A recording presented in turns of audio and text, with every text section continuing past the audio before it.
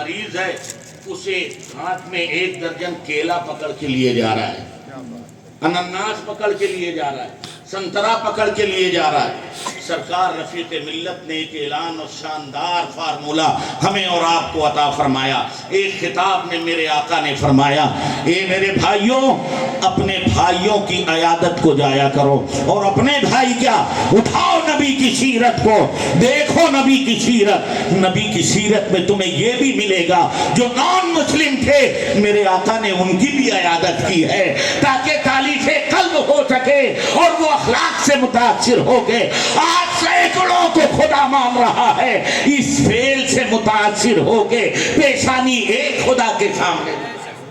نعرہ تکبیر، نعرہ رسالت، نعرہ رسالت، مرشد اعظم ہند کانفرنس، مسلک اعلیٰ حضرت۔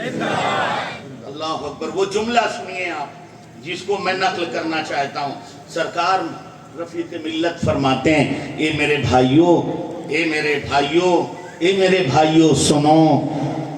پہلی بات تو یہ ہے کہ اپنے بھائیوں، رشتہ داروں اور جو بھی تمہارے احباب ہیں وہ بیمار ہوں تو ان کی عیادت کو جاؤ، مگر جب عیادت کو جایا کرو، توجہ ہے کہ نہیں؟ توجہ ہے کہ نہیں؟ آپ کی توجہ ہے نا؟ اچھا ایک بات بتائیے، آپ کے یہاں یہ رواج ہے یا نہیں؟ بیٹے کے ولیمے میں جاتے ہیں تو لفافہ دیتے ہیں کہ نہیں؟ بیٹی کے یہاں شادی میں جاتے ہیں تو لفافہ دیتے ہیں کہ نہیں دیتے؟ دیتے ہیں نا؟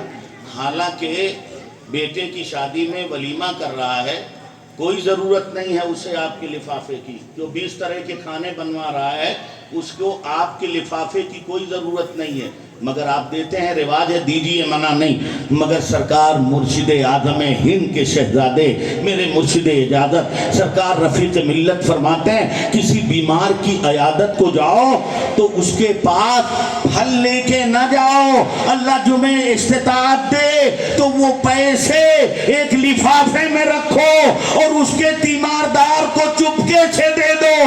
ممکن ہے اس مریض کو کسی انجیکشن کی ضرورت ہو اور پیسے کی بنیاد پر نہ خرید پا رہا ہو، اب تم گئے ہو، تم نے لفافہ دے دیا ہے، وہ انجیکشن آ جائے اور اس بیمار کو صحت یابی مل جائے۔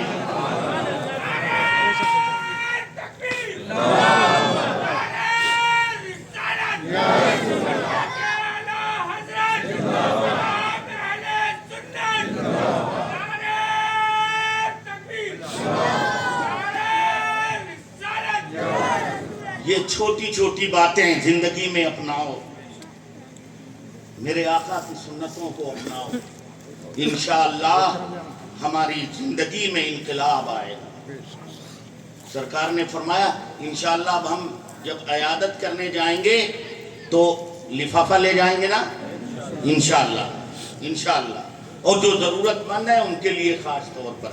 میں عرض کر رہا تھا، پیغمبر نے فرمایا چلو صحابی بیمار ہیں ان کی عیادت کو چلتے ہیں، آقا چلے ہیں، اللہ اکبر، مختار کائنات کیا چلے ہیں، پوری کائنات چلی ہے۔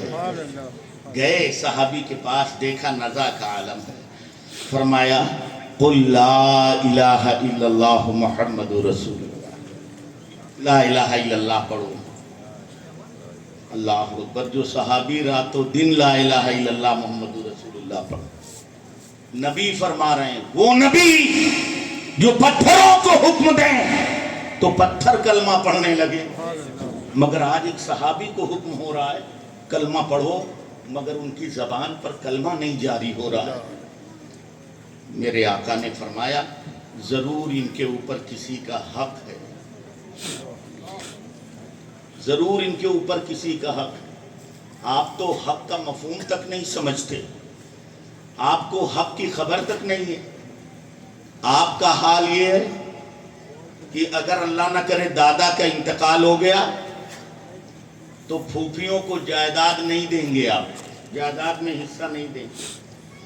باپ چلا گیا تو بیٹیاں کچھ نہیں، سب بیٹے ہڑپ کر لیتے ہیں، جبکہ اللہ نے فرمایا ہے کہ بیٹی اور بیٹے دونوں کا حق ہے۔ کچھ لوگ کہتے ہیں حضرت ارے اس کو جہیز تو دے دیا تھا، تیرا بھی تو ولیمہ کیا تھا، ان کو جہیز دیا تو تیری بیوی کو بھی تو انہوں نے زیورات دیے تھے۔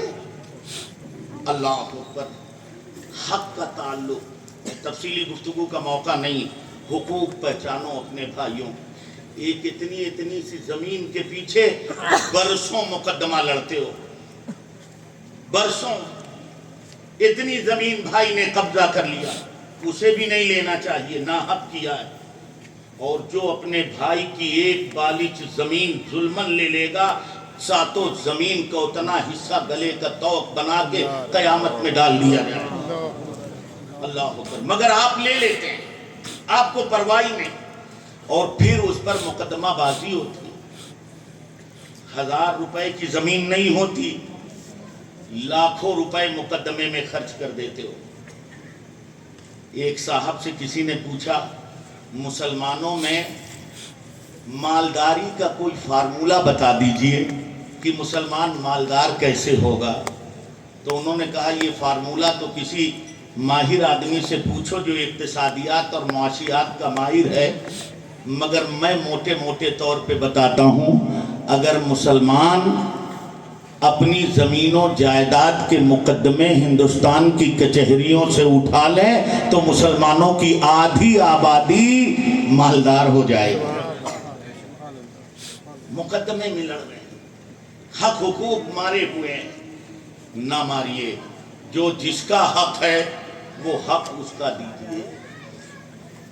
فرمایا میرے آقا نے، کلمہ نہیں جاری ہو رہا ہے، ضرور کسی کا حق۔ پوچھا، کوئی نہ بتا سکا۔ اتنے میں ایک ضعیف آدمی، انہوں نے کہا میرے آقا میں ایک بات جانتا ہوں جو حاضرین میں کوئی نہیں جانتا۔ میرے آقا نے فرمایا بتاؤ کیا بات ہے؟ کہا یا رسول اللہ، ان کی ایک ماں ہیں اور وہ فلاں قبیلے میں رہتی ہیں اور وہ ان سے ناراض ہیں۔ میرے آقا نے فرمایا ضعیفہ کو بلاؤ۔ ضعیفہ بلائی گئی۔ میرے آقا نے فرمایا یہ آپ کا بیٹا ہے؟ ہاں یا رسول اللہ، نزا کا عالم ہے، جاکنی کا عالم ہے، کلمہ نہیں جاری ہو رہا ہے، اسے معاف کر دو۔ بوڑھی عورت نے کہا اللہ کے حبیب آپ کا حکم ہو تو معاف کر دوں، مگر میرا جی نہیں چاہتا کہ اسے معاف کروں۔ اللہ اکبر۔ ماں کہہ رہی میرا جی نہیں چاہتا کہ میں اسے معاف کروں۔ میرے آقا فرماتے نہیں میں جبرن حکم نہیں دیتا، میرے آقا کسی پر جبر کرنے آئے ہی نہیں تھے، وہ تو سراپا رحمت بن کے آئے تھے۔ میرے آقا فرماتے نہیں میں جبر نہیں کرتا، مگر بتاؤ اتنا شکستہ خاطری ہے، ٹوٹا ہوا دل ہے، بڑا کرب ہے، اضطراب ہے، بتاؤ تو صحیح کیا بات ہے؟ کہا یا رسول اللہ یہ بہت چھوٹا تھا، میرے شوہر کا انتقال ہو گیا تھا، میرے آقا میں نے لوگوں کے گھر کے برتن مانجے ہیں، جھاڑو دی ہے، اور اسی کی پرورش کے لیے میں نے دوسرا نکاح نہیں کیا۔ یا رسول اللہ مزدوری کر کے میں نے اپنے اس بیٹے کو پالا ہے، جب یہ جوان ہوا میں نے سوچا میں اس کی شادی کر دوں۔